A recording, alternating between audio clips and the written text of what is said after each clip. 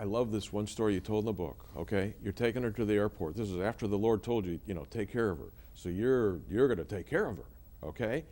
She wants to go on this trip. And you're on the freeway in Los Angeles, and you stopped, and the suitcases fell and tipped her chair over, and your leg was at an odd angle, and you thought, oh man, something's got to be wrong. Maybe something's broken. What'd you do then? Well, first of all, Johnny never sits forward and back in the van. We always have her sitting sideways, just because of something like this might happen. And this time she said, oh, Ken, I want to be able to sit forward and back so I can look out. I said, Johnny, that's not such a great idea. And I didn't say it that nicely. And so I thought, I got to back off a little bit here. I said, okay, So I more or less, gave in. And so we set her forward and back in the van, and we got into some traffic. And I had to jam on those brakes.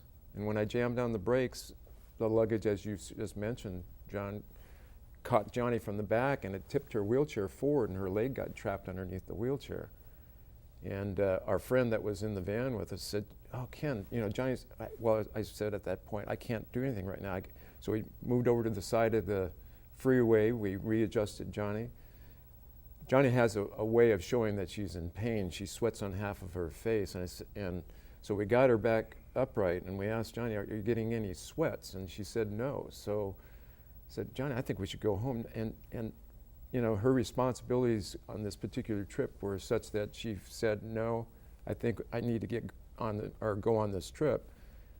So we kept on going to the airport, and by the time we got to the airport, I asked her again. She said she didn't have any sweats.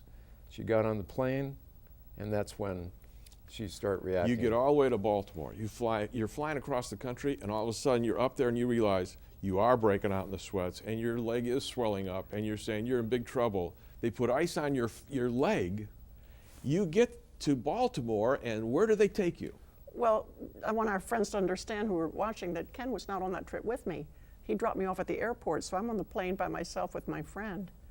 And they called ahead to BWI Emergency. Anne Arundel County General Hospital sent an ambulance, and they whisked me off to the hospital and x-rayed my leg, and sure enough, it was broken. And it was about 2 o'clock in the morning by the time they got the x-ray results. And I remember the nurse dialing the cell phone so I could speak to Ken.